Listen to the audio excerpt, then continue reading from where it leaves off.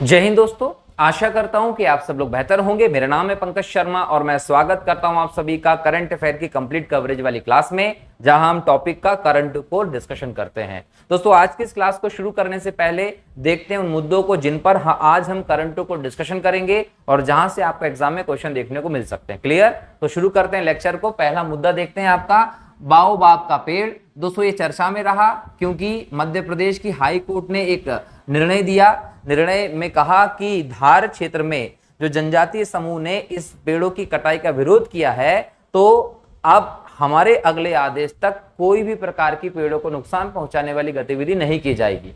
तो इस हाईकोर्ट के आदेश के कारण धार क्षेत्र में मिलने वाले ये बाओबाब के पेड़ जो रहे वो चर्चा में रहे। इस लेक्चर के माध्यम से हम इनके पर डिटेल डिस्कशन करेंगे कि पेड़ कहां से भारत में आए हैं, कौन भारत में लाए, इनकी विशेषता क्या है, इन्हें किस नाम से जाना जाता है, इन्हें बोतल पेड़ क्यों कहते हैं, सबसे बड़ी बात तो हम उसको देखेंगे। क्लियर? और बाओबाब के पेड़ डिस्कशन के बाद फिर बात करेंगे हीट वेव की। एक अध्ययन में पाया गया है कि भारतीय क्षेत्र, बांग्लादेश की बात कर लें, म्यांमार की बात कर लें, इस क्षेत्र में जो हीट वेव है उनका प्रभाव जलवायु परिवर्तन के कारण बहुत ज्यादा बढ़ने वाला है। लगभग 30 गुना तक ये बढ़ सकता है। तो देखेंगे ये अध्ययन क्या है, हीट वेव क्या होते हैं और इसका क्या निष्कर्षण देखने को मिल रहा है। फिर हम बात करेंगे आर्सेनिक एक्सपोजर की। आर्सेनिक क्या होता है उसको देखेंगे। आर्सेनिक एक्सपोजर में किस चिंता की तरफ आपको ध्यान इंगित किया गया है, किस प्रकार से आर्सेनिक जनित रोग को हम विश्व में एक मौन महामारी के तौर पर देख सकते हैं। तो इस सब चीजों पर डिस्कशन करेंगे, रिपोर्ट में आया है इसलिए। फिर हम बात करेंगे ग्रेटर फ्लेमिंगो की, जिसे हम राजहंस या फोनिकोप्टेरस रोसियस भी कहते हैं। नजफगढ़ जो आर्द्र भूमि स्थल है वहां से ग्रेटर फ्लेमिंगो जो है इसका रेस्क्यू किया गया है, इसलिए चर्चा का विषय। तो इसके बारे में भी इंपॉर्टेंट डिटेल्स देखेंगे। फिर अंत में बात करेंगे डीआरआई ने एम्बरग्रीस तस्करी गिरोह का पर्दाफाश किया।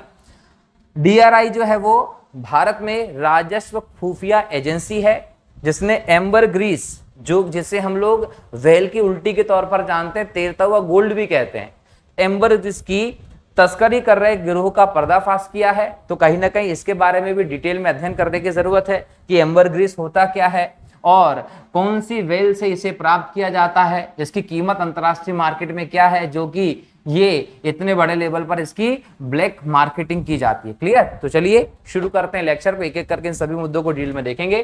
पहला आपका टॉपिक है मध्य प्रदेश के हाई कोर्ट ने राज्य सरकार को धार जिले में बाओबाब के पेड़ों को काटने से रोकने का निर्देश दिया है। क्लियर? किसने दिया है निर्देश? हाई कोर्ट ने। किसे दिया है? मध्य प्रदेश की राज्य सरकार को। किस बात का निर्देश? पेड़ों को काटने से रोकने का। कौन से पेड़ नहीं काटने पड़ेंगे? बाओबाब के पेड़ नहीं काटने पड़ेंगे। और कहां? धार जिले में। पेड़ कौन सा होता है दोस्तों? ऐसा पेड़ होता है बाओबाब का। अब ये निर्देश तो दिए, कहीं ना कहीं जब यहां पर ये पेड़ काटे जा रहे थे तो यहां की जो जनजातियां हैं उन्होंने इसके खिलाफ एक्शन लेते हुए कोर्ट में गए और उन्होंने अपना पक्ष रखा, इसके महत्व को बताया। तब कोर्ट ने कहा कि अगले आदेश तक सरकार यहां पर पेड़ों को काटने की किसी भी प्रकार की गतिविधि नहीं करने देगी, उसे रोकना पड़ेगा। अब दिक्कत यह है कि बाओबाब का पेड़ क्या है, इसकी विशेषता क्या है वो देखते हैं। तो बाओबाब का पेड़ दोस्तों होने को तो अमेरिकी मूल का है, परंतु अफ्रीका में विशेष तौर पर जो मेडागास्कर है यहां पर यह बड़े पैमाने पर मिलता है। और अगर हम इसकी भारत की बात करें तो भारत में दोस्तों 10वीं से 17वीं शताब्दी के बीच भारत में ये लेकर आए थे। और भारत में विशेष तौर पर ये लेकर आए थे कौन? तो अफ्रीका से लाया गया भारत में। और इनको लाने में इंपॉर्टेंट भूमिका देखने को मिलती है किसकी? सैनिकों की। तो सैनिकों के माध्यम से ये भारत में लाए गए, बड़े पैमाने पर भारत में इनको शुरू किया गया। ये पेड़ की खासियत ये है दोस्तों कि इसे बोतल वृक्ष कहते हैं।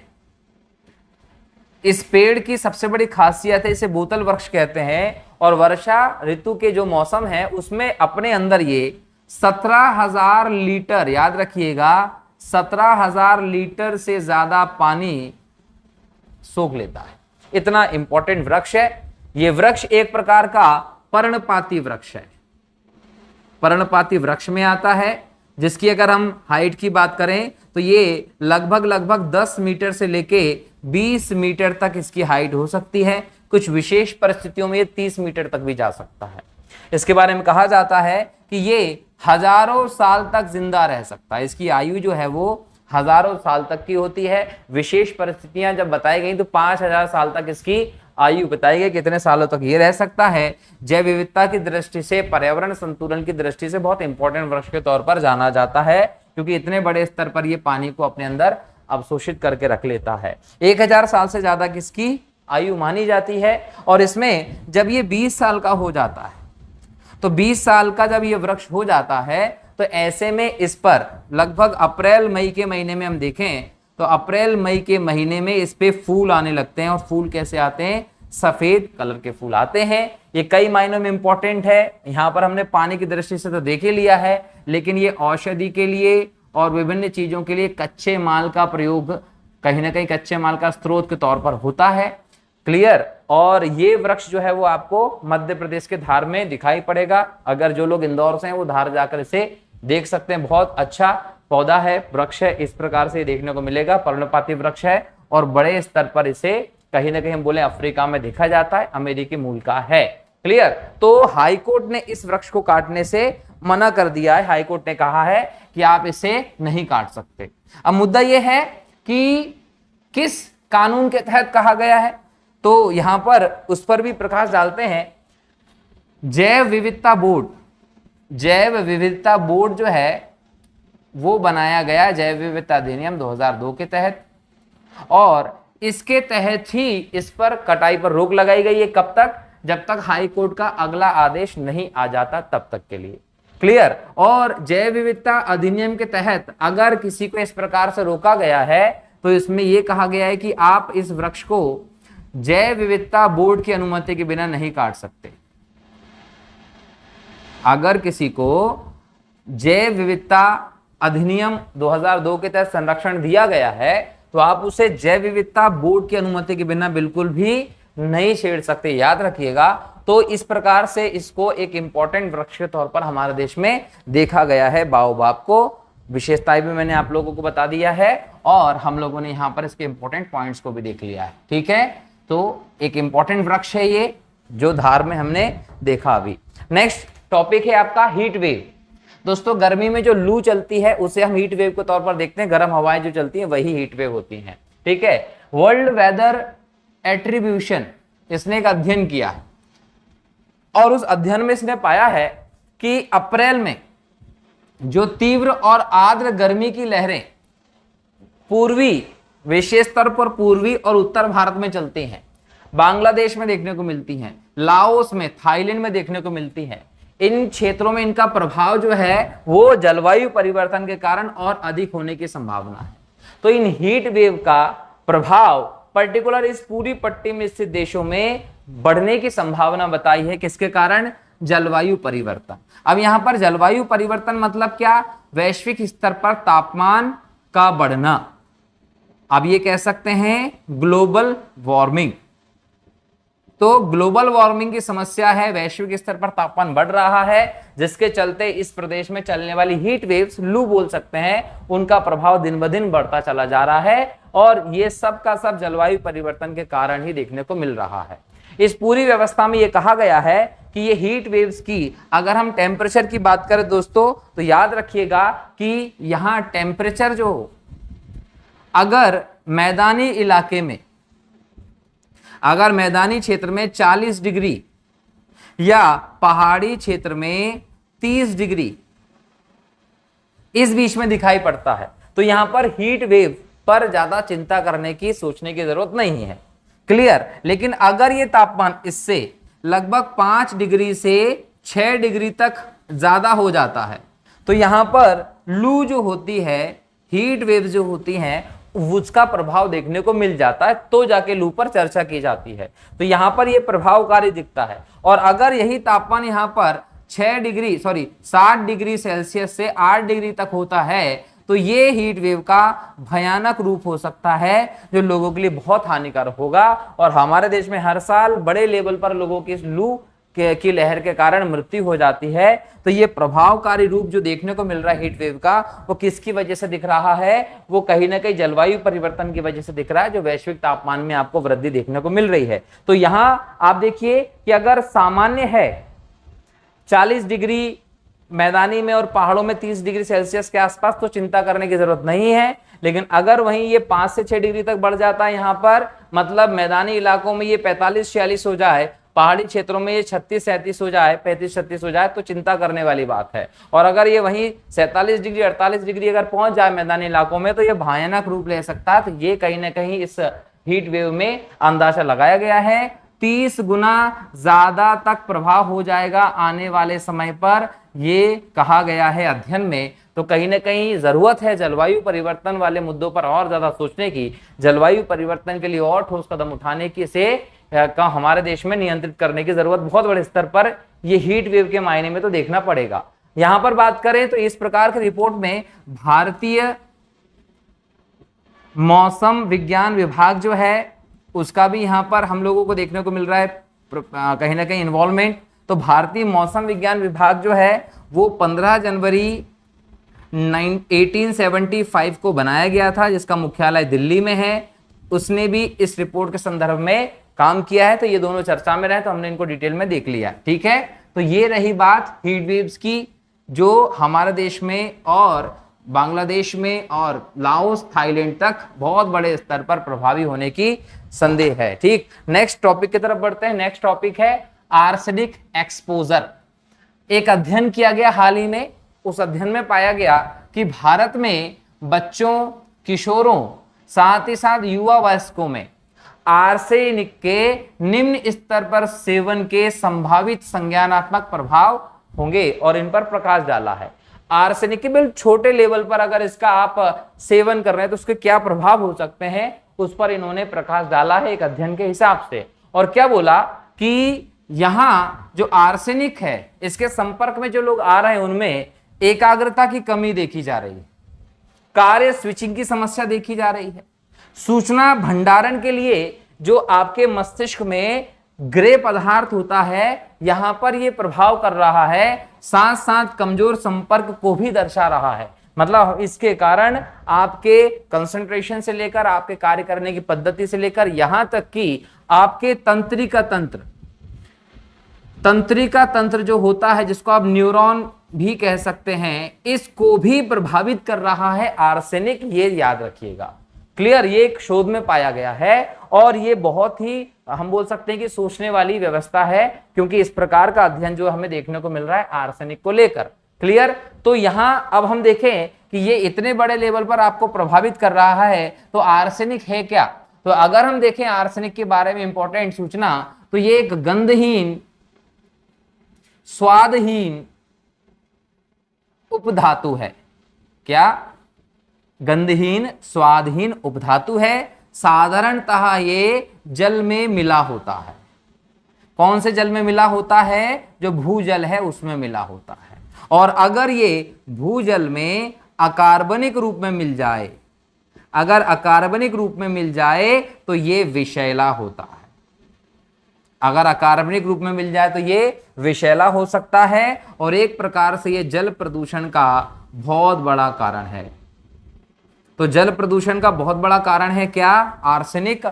याद रखिएगा, ये एक गंधहीन स्वादहीन उपधातु है, जल में, भूजल में ये मिलता है। क्यों? क्योंकि आपकी पृथ्वी का जो धरातल है, पृथ्वी का जो धरातल है, इस धरातल पर ये बहुत अधिक मात्रा में मिलता है।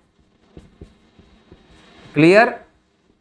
तो ये इसके कारण से ये आराम से आपको भूजल में मिला हुआ मिलता है। और अगर हम बात करें हमारे शरीर में प्रवेश करने की, तो एक माध्यम तो ये हुआ, दूसरा माध्यम है कि हमारा जो भोजन है उसके माध्यम से भी आपके शरीर में आर्सेनिक का प्रवास होता है, विशेष तौर पर चावल से। क्लियर? विशेष तौर पर चावल से हमारे शरीर में इसका प्रवेश होता है। अगर यहां चावल को ठीक तरीके से अगर पकाया जाता है तो इसके प्रभाव को लगभग 50% से 74% तक कम किया जा सकता है, वो भी भोजन के पोषक तत्वों को बनाए रखते हुए, ऐसा भी अध्ययन में कहा गया है। लेकिन यहां पर विशेष तौर पर भूजल में ये मिला होता है, जिसके बाद आपके बॉडी में ये प्रवेश करता है, और जब इसकी मात्रा ज्यादा बढ़ जाती है तो आपको ये सारी प्रॉब्लम शरीर में देखने को मिलेगी। इसलिए इसको एक मौन महामारी के तौर पर देखा जा रहा है विश्व में। तो कहीं ना कहीं ये एक प्रकार का प्रदूषक है जो मानव शरीर को बहुत बड़े स्तर पर प्रभावित कर रहा है। मौन महामारी के तौर पर इसलिए देख रहे हैं, अभी किसी को पता नहीं चल रहा है। आप सब लोग डेली पानी भी पी रहे हैं और बाकी सब चीजें भी हो रही है, आपके शरीर में ये जाता जा रहा है, जमता जा रहा है, और बाद में जब इसकी मात्रा बढ़ जानी है तो आपके लिए गंभीर प्रभाव छोड़कर जाएगा। तो ऐसी महामारी है जिसके बारे में आपको पता अभी नहीं चल रहा है, लेकिन जब आपके शरीर में इसकी मात्रा बढ़ेगी तो आपको दिक्कतें आनी शुरू हो जाएंगी। तो ये हमने किसके बारे में बात की दोस्तों? आर्सेनिक के इंपॉर्टेंट रूप से प्रभाव के बारे में। ठीक है, तो यहां देखिए आर्सेनिक के बारे में देख लिया। अब हम बात करते हैं अगले टॉपिक में, है ना, बढ़ते हैं अगले टॉपिक में, थोड़ा इसको अच्छे से साफ कर लेते हैं। अगले टॉपिक की बात करें तो ये है ग्रेटर फ्लेमिंगो राजहंस या फोनिकोप्टेरस रोसियस। कुछ इस प्रकार से ये दिखता है, जिसकी काली चोंच दिखेगी, गुलाबी सी गर्दन जो है यहाँ पर गुलाबी से दिखेगा, पैर जो होंगे वो भी आपको जो आलू बुखारा आता है उसके जैसे कलर के दिखते हैं। पंख की अगर बात करें तो पंख इसके रेड शेड में होते हैं। ठीक है, और अगर इसकी साइज की बात करें तो 110 से 150 सेंटीमीटर तक लंबा होता है। क्लियर, 110 से 150 सेंटीमीटर तक लंबा होता है, और कहीं ना कहीं बात करें तो 2 से 4 किलो तक इसका वजन होता है। तो ये फ्लेमिंगो है, याद रखिएगा, और ये गुजरात का राजकीय पक्षी है। गुजरात का राष्ट्रीय पक्षी है ग्रेटर फ्लेमिंगो, याद रखिएगा। पूरे इसमें अगर हम बात करें तो ग्रेटर फ्लेमिंगो की 6 प्रजातियां हैं। 6 में से हमें 2 भारत में दिखाई पड़ती हैं। कितनी? 2 भारत में दिखाई पड़ती हैं, याद रखिएगा। अब जो भारत में दिखाई पड़ती है उसमें एक कौन सी है? ग्रेटर फ्लेमिंगो, तथा दूसरी है सबसे छोटी लेजर फ्लेमिंगो।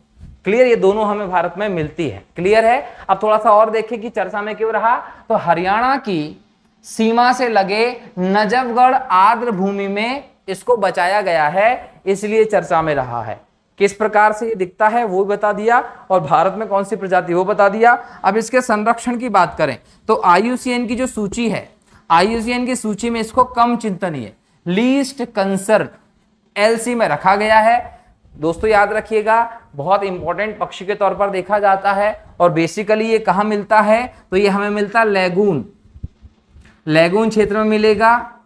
ये हमको एस्चुरी या ज्वार नदमुख यहां पर देखने को मिलता है। दलदली या कीचड़ युक्त जो जगह होगी वहां पर आपको देखने को मिलेगा ये। तो इस प्रकार के क्षेत्रों में ये हमें देखने को मिलता है पक्षी। बहुत इंपॉर्टेंट पक्षी है जिसकी 6 प्रजातियां देखने को मिलती हैं। क्लियर। तो इसकी आंखें अगर देखें दोस्तों तो इनकी आंखें पीली होती हैं। अगर कोई पूछे ना पीली आंखें, तो ग्रेटर फ्लेमिंगो की जो आंखें होती हैं वो पीली होती हैं। इनके पंखों पर आपको लाल शेड दिखेगा, बाकी आलू बुखारा का जो कलर होता है ना, वैसे इसकी तीखी सी चोंच और बाकी चीजें देखने को मिलेंगी आप लोगों को। किसकी? ग्रेटर फ्लेमिंगो की, याद रखिएगा। नेक्स्ट बढ़ते हैं दोस्तों, तो DRI ने एम्बरग्रीस तस्करी गिरोह का पर्दाफाश किया। DRI क्या है? राजस्व खुफिया निदेशालय है। क्लियर, राजस्व खुफिया निदेशालय है। और इस ये चर्चा में क्यों है? क्योंकि इसने एम्बरग्रीस की तस्करी गिरोह का पर्दाफाश किया है, और ये एक इंपॉर्टेंट सफलता है क्योंकि ये देश की वनस्पतियों को और जीवों के लिए बहुत बड़ा खतरा है। क्या? एम्बरग्रीस की तस्करी। तो ये बहुत बड़े लेवल पर नुकसान पहुंचाते वनस्पति और जीवों को, इसलिए इसकी तस्करी को रोकना जरूरी था। तो ये कहीं ना कहीं DRI की एक इंपॉर्टेंट बहुत बड़ी लेवल पर सफलता है। इस पूरे पर चर्चा करने से पहले DRI की बात कर लेते हैं। DRI जो होता है वो वित्त मंत्रालय के अधीन है, और यहां पर इसके ऊपर जो संस्था देखने को मिलती है DRI के ऊपर, और उस सबसे ऊपर वित्त मंत्रालय है। तो यहां पर आपको देखने को मिलता है राजस्व बोर्ड और अप्रत्यक्ष कर विभाग जो है, और राजस्व बोर्ड जो है वो इसके तहत आता है, और सबसे ऊपर वित्त मंत्रालय के कंट्रोल में होता है, जिसको 1957 में स्थापित किया गया था। स्थापित किस लिए किया गया था दोस्तों, तो वो भी याद रख लीजिएगा कि ये वैश्विक स्तर पर भारत से जो अंतर्राष्ट्रीय व्यापार होता है, जो सीमा लेवल पर व्यापार होगा, तो उस सभी में जो सीमा शुल्क उस सभी में जो भी भ्रष्टाचार हो सकता है, जो उसमें आपको तस्करी देखने को मिल सकती है, उस सभी तस्करी को रोकने के लिए जिम्मेदार संस्था के तौर पर बनाया है। और एक खुफिया निदेशालय है क्या, DRI, जो वित्त मंत्रालय के अधीन काम करता है, 1957 में बनाया गया है। क्लियर। अब हम बात करें एम्बर ग्रीस की। दोस्तों एम्बर ग्रीस जो है वो एक ठोस मोम जैसा पदार्थ है, इस प्रकार से दिखता है, ठोस मोम जैसा पदार्थ है। और ये हमें स्पर्म वेल, जिसको हम काचलूट भी कहते हैं, कि आंतों से मिलता है। अब याद रखिए, एक ठोस मोम जैसा पदार्थ है जिसको हम लोग कैलेस्ट्रोल, जो कैलेस्ट्रोल होता है उससे, उसके भांति इसको देख सकते हैं, कैलेस्ट्रोल के भांति होता है ये। और दूसरी बात, ये जो पदार्थ है इसको हम व्हेल की उल्टी के तौर पर जानते हैं, व्हेल की उल्टी के तौर पर इसे जाना जाता है।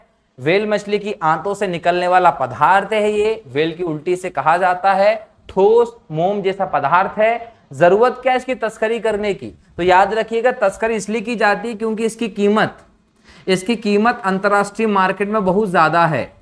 जो एम्बर ग्रीस है, जिसे हम व्हेल की उल्टी कहते हैं, जो व्हेल की आंतों से निकलने वाला ठोस मोम जैसा पदार्थ है, वो कीमत की दृष्टि से देखें तो इंटरनेशनल मार्केट में बहुत ज्यादा है। 1 किलो की कीमत 1 करोड़ होती है दोस्तों, और इसकी मांग कहीं ना कहीं इत्र निर्माण की वजह से और ज्यादा होती है। कस्तूरी जैसी खुशबू बनाने के लिए विशेष तौर पर दुबई में इसकी बहुत बड़े लेवल पर स्मगलिंग भी होती है, बहुत बड़े लेवल पर मांग होती है।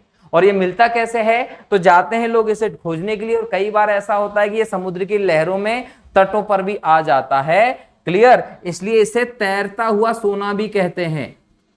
किसको, एम्बर ग्रीस को तैरता हुआ सोना भी कहते हैं। क्लियर। दुबई के मार्केट में बहुत बड़े लेवल पर इसकी मांग होती है, इत्र बनाने के लिए फेमस है, ये मांग की जाती है दुबई में, इसलिए इसकी बहुत बड़े स्तर पर स्मगलिंग होती है, तस्करी की जाती है। और DRI ने इसकी तस्करी को अभी पकड़ा है। इंपॉर्टेंट इसकी ये कहीं ना कहीं बोल सकते हैं कि कदम है DRI का। अब हम बात करें स्पर्म वेल की दोस्तों, तो याद रखिएगा कि जितनी भी स्पर्म वेल हैं उनमें से 1% से ही हमें ये प्राप्त होता है। वेल में भी स्पर्म वेल से प्राप्त होता है क्या, एम्बर ग्रीस, और सभी वेल जो हैं उनमें से 1% स्पर्म वेल ही इसका उत्सर्जन करती है, वहीं से ये मिलता है। ठीक है। अच्छा, स्पर्म वेल क्या होती है, इसे काचलोट के नाम से जाना जाता है। और यहां देखिए ये स्पर्म वेल है जिसका मुंह जो होता है बड़ा सा होगा, चौकोर, और नीचे से जो हिस्सा होगा, नीचे वाला जबड़ा, वो बहुत संकुचित होता है और बड़े बड़े दांत हैं। तो दांतों वाली जो वेल है उनमें सबसे बड़ी वेल के अंतर्गत आती है, जिसका शरीर जो होता है वो नीले कलर का और भूरे दिखता है ना, डार्क नीला भूरा कलर दिखता है इसका। और इसका जो शरीर, उस पर सफेद सफेद सफेद सफेद से धब्बे भी दिखाई पड़ते हैं। क्लियर। आवास कहाँ है इसका, तो इसका आवास होता है समशीतोष्ण और उष्ण कटिबंधीय, इन क्षेत्रों में हमें देखने को मिलती है। ये याद रखिएगा। कौन सी वेल, स्पर्म वेल, जो कि दांत वाली वेलों में सबसे बड़ी प्रजाति में आती है। खतरा किस वजह से है, तो एक तो ये हो रहा है कि ये जहां से टकरा जाती है, दूसरा हो रहा है कि इसका अवैध तरीके से शिकार करने की कोशिश की जाती है विभिन्न आधुनिक माध्यमों का प्रयोग करके, ताकि इससे ये प्राप्त किया जा सके। तीसरा होता है ध्वनि प्रदूषण, ध्वनि प्रदूषण से भी इन वेल को बहुत बड़े स्तर तक हानि पहुंच रही है। संरक्षण की स्थिति की बात करें तो IUCN की संकटग्रस्त प्रजाति की सूची में शामिल है, रेड डेटा लिस्ट में। साइट्स जो होता है, साइट्स जो है उसके परिशिष्ट 1 में इसको शामिल किया गया है। और भारत का 1972 का जो वन्य जीव संरक्षण अधिनियम, उसमें अनुसूची नंबर 1 में रखा गया है इसे। तो ये बहुत इंपॉर्टेंट बोल सकते हैं जीव है, और इसके गिरोह को, जो तस्करी करने वाला गिरोह था, उसको पकड़ा है हाल ही में DRI ने, इसलिए एम्बर ग्रीस भी चर्चा में रहा। एम्बर ग्रीस चर्चा में रहा तो उससे उत्पन्न किससे होता है, स्पर्म वेल से, तो स्पर्म वेल पे भी हमने डिस्कशन किया। क्लियर दोस्तों। और पकड़ने वाली संस्था कब बनी थी, DRI, उस पर भी हमने डिस्कशन किया। और ऐसा दिखता है एम्बर ग्रीस, बहुत महंगा है। क्लियर। तो ये सारी इससे रिलेटेड इंपॉर्टेंट बातें रही। क्लियर दोस्तों। चलिए, तो आज के लेक्चर में हमने इन सभी इंपॉर्टेंट टॉपिक पे डिस्कस किया। मिलता हूं अगले लेक्चर में फिर से नए टॉपिक के साथ, तब तक के लिए बहुत बहुत शुक्रिया। जय हिंद, जय भारत, वंदे मातरम।